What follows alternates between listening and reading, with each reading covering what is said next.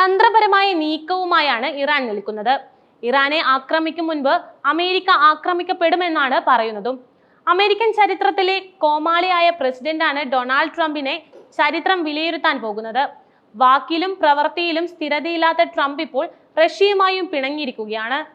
Russia Ukraine സംഘർഷം അവസാനിപ്പിക്കുന്നതിന്റെ ഭാഗമായി നടന്ന പുടിൻ ട്രംപ് ഫോൺ കോളിൽ 1 മണിക്കൂർ നേരം കാത്തിരിക്കേണ്ടി വന്നത് ട്രംപിനെ വല്ലാതെ ചൊടിപ്പിച്ചിരുന്നു. ഈ സംഭാഷണത്തിൽ ട്രംപ് പറഞ്ഞതിനുമപ്പുറം പുടിൻ തീരുമാനിച്ചതാണ് നടപ്പായിരുന്നത്. അതാകട്ടെ റഷ്യയുടെ സ്ട്രാറ്റജിയാണെന്നും പറഞ്ഞു.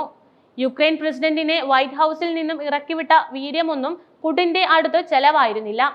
അതുകൊണ്ടാണ് 1 മണിക്കൂർ പുടിന്റെ കോളിനായി ട്രംപ് കാത്തു നിൽക്കേണ്ടി വരുന്നത്. ഇറാനുമായുള്ള റഷ്യയുടെ വർദ്ധിച്ചു വരുന്ന സഹകരണവും ആണവ ശക്തിയാകാനുള്ള ഇറാന്റെ ശ്രമത്തിന് റഷ്യ നൽകുന്ന പിന്തുണയും അവസാനിപ്പിക്കണമെന്ന ട്രംപിന്റെ അഭ്യർത്ഥനയും പുടിൻ തള്ളിക്കളഞ്ഞിട്ടുണ്ട്.